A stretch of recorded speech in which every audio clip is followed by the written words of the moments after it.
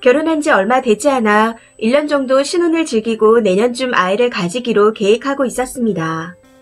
그런데 얼마 전 동서가 둘째를 임신했다는 소식을 들었고 며칠 뒤 시어머니께서 문자를 보내오셨더군요. 땡땡이는 3월이나 4월에 아이를 가졌으면 하는 바람이다. 엄마가 바람이 그렇게 든다. 네 동서는 엄마 바람대로 가졌지만 너희는 조금 늦을 것 같다. 마음 편해지고 준비가 된다면 너희에게 찾아올 거라 믿는다. 지금은 건강 잘 챙기고 사랑과 믿음이 더 커져야 할 때이니 늦지 않았다. 마음이 편안해지면 복 있는 아이 와달라고 기도하렴. 이런 내용이었습니다. 남편은 그 문자를 보고 마음 편히 기다리면 아이가 찾아올 거라는 의미라고 하더군요. 그런데 저는 제 임신 일정을 전해주며 얼마 전 임신한 동서 얘기까지 나온 문자 내용이 압박으로밖에 느껴지지 않았습니다. 그러려니 넘어갈 수 있는 내용이라고 생각할 수 있지만 저는 왠지 기분이 나쁘더라고요. 시어머니께서 작년에 결혼한 저희 오빠 부부 임신 소식을 계속해서 물으셔서 내가 예민하게 구는 건가 하는 생각이 들기도 했습니다. 그런데 그냥 그렇게 생각하며 넘기려 해도 기분 나쁜 건 어쩔 수가 없더라고요. 참을 수 없어 남편에게 이건 좀 아닌 것 같다 하고 한 소리 했고 작은 말다툼으로 이어졌습니다. 다음날 시어머니께서 오해한 거라며 문자 한 통을 보내오셨더군요. 그 문자에도 저의 기분은 나아지지 않았고 잠도 못 잔 상태라 하룻밤 편히 자고 오려고 오후에 친정으로 갔습니다. 오랜만에 친정 엄마께서 해준 밥을 먹고 혼자 잠도 편하게 자고 엄마와 같이 쇼핑도 하고 나니 기분이 한결 나아지더군요. 그리고 그 다음날 저녁 오랜만에 모인 가족들과 함께 저녁을 먹고 집에 가려고 하는데 남편이 저희 엄마께 할 말이 있다며 친정으로 찾아왔습니다. 저희 엄마는 사위가 딸을 데리러 온 줄 알고 고마운 마음에 남편 목까지 저녁을 차려주셨어요. 저도 그날 어머님의 문자 내용이 기분 나쁘다고 말을 하고 왔던 터라 미안하고 고마운 마음에 크리스마스 선물로 미리 사둔 지갑을 선물해줬습니다. 그런데 밥 한 그릇을 다 먹은 남편은 저희 엄마께 고견을 듣고 싶다 하더니 문자에 대한 변명을 이야기하기 시작했습니다. 시어머니께서 절에서 기도를 하는데 왠지 그때 임신을 할 것 같은 느낌을 받았다는 둥 태몽을 꾼 것 같다는 둥 말 같지도 않은 이야기를 꺼내더군요. 그러면서 자기 집은 이렇게 하는 게 자연스러운데 왜 이해를 못하냐는 식으로 강요하듯이 이야기를 하는 겁니다. 일단 제가 시어머니의 문자를 받은 후 예민하게 반응한 시점에서 양가가 시끄러워진 일이라 저는 부모님들 뵈면서 죄송하다고 말씀을 드리고 싶었습니다. 남편이 그런 이야기를 하기 전에는 함께 죄송하다고 말씀드릴 참이었는데 대뜸 저런 이야기를 하니 어이가 없더군요. 저희 친정 엄마께서도 어이가 없으셨는지 그런 문자는 어른이 경솔했다는 말씀과 함께 남편이 중간 역할을 잘해야 한다는 이야기를 하셨습니다. 그때 남편 얼굴을 봤는데 얼굴이 시뻘개지면서 한숨을 푹푹 내쉬고 있더라고요. 더 이상의 이야기는 의미가 없었기에 저는 남편을 보내고 친정에서 하룻밤을 더 자고 그 다음날 오후에 집으로 갔습니다. 그런데 아무리 생각해도 전날 남편이 저희 부모님께 보인 예의 없는 모습이 너무 실망스럽더군요. 남에게 문자 한 통 보낼 때도 예의 있고 상냥하게 하던 사람이었는데 와이프와 그 가족에게는 정반대로 행동하는 사람이었네요.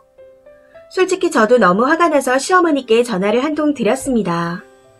시끄럽게 한 점은 죄송한데 어제 저희 집에 온 남편 태도가 너무 예의가 없었다고요. 그랬더니 저를 땡땡땡씨 하고 부르시며 친정집에서 자고 온 건 집 나간 거다.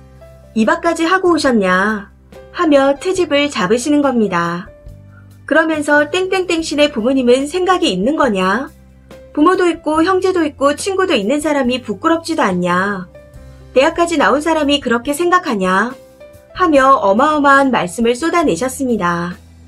중간중간 욕설도 하시면서요. 그러면서 내가 언제 시집살이 시킨 적 있냐? 혼수 못 해왔다고 야단친 적 있냐? 반찬 안 한다고 뭐라고 한 적 있냐?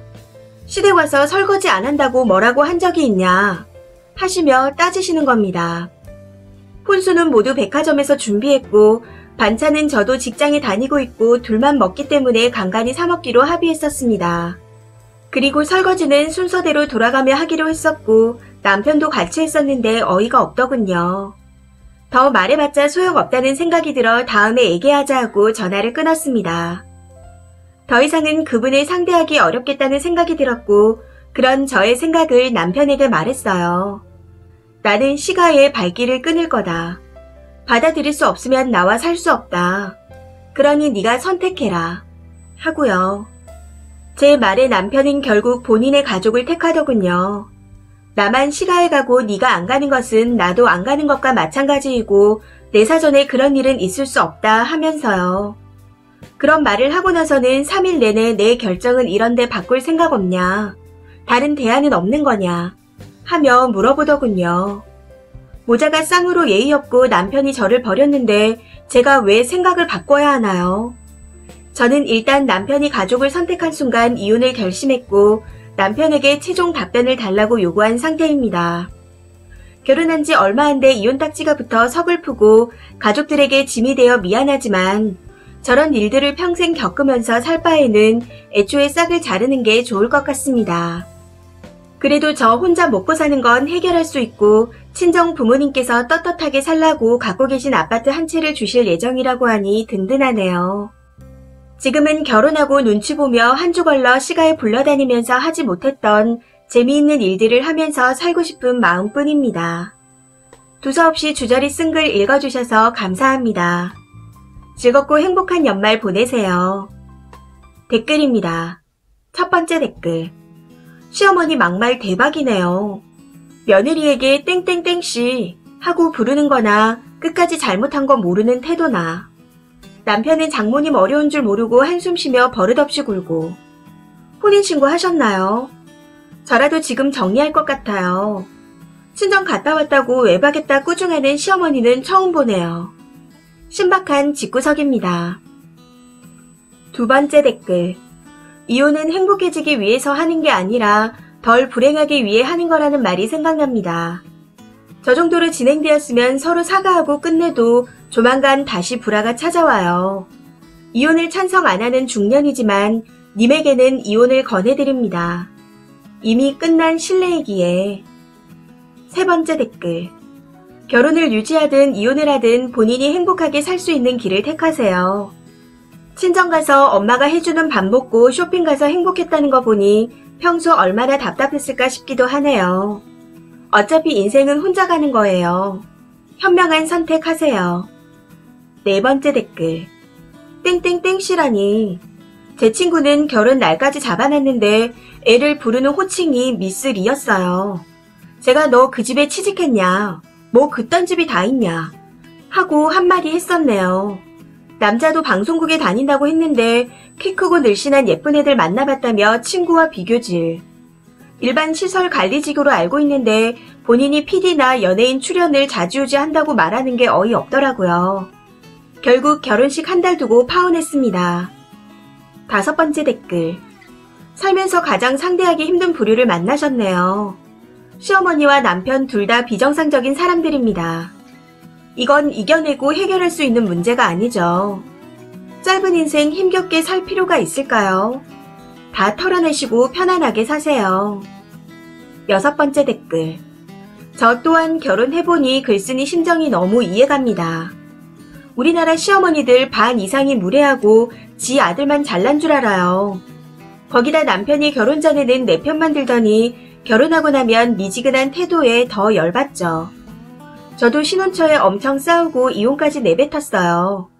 그나마 남편은 저를 선택해서 이혼은 넘겼지만 그래도 짜증날 때가 많거든요. 남편이 남의 편 되는 건 한순간입니다. 저런 남자들은 지 부모만 편들 거면 결혼하지 말아야죠.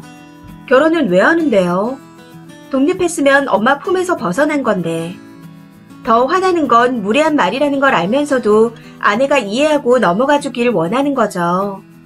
시어머니 때문에 이혼하고 싶은 사람 정말 많을 듯 합니다. 저도 이혼하게 되면 사유가 시어머니라서 카톡이랑 증거 다 남겨놨어요. 혹시 몰라서요. 남편마저 시댁 편들면 죽이고 싶을 만큼 열받고 화나고 억울한 심정 안 당해보면 모릅니다. 일곱 번째 댓글. 남편이 제일 짜증나네요. 저도 시월드가 아니라 좀비월드 때문에 힘들어서 이젠 안 간다. 1년에 2번만 간다고 했습니다. 평생 네 엄마 집이랑 여동생네 가서 살아라. 조카들 봐주고 식물살이 해라. 왜 나한테 장가왔냐 하고 동남아 여자를 구해도 못 산다고 막말했어요. 그랬더니 남편이 중간 역할 한다고 해서 넘겼습니다. 저는 휴대폰에 시어머니라고 적지도 않았고 좀비1, 신호는 좀비2라고 저장했다가 그냥 차단했습니다. 도저히 살 수가 없고 스트레스 받아서 SNS에 있었던 일도 다 적었습니다. 암 걸리겠다. 찾아가서 죽이고 싶다. 이렇게요. 그걸 신혼연이 보고 남편한테 전화해서 남편이랑 대판 싸우고 이혼하자 했습니다. 결혼하면 부모 형제를 떠나서 배우자와 자식을 보고 살아야지 왜 평생 부모 형제를 운운하고 살아야 하냐. 너는 평생 그렇게 살 것 같다. 그냥 나를 놓아달라. 하고 말했습니다.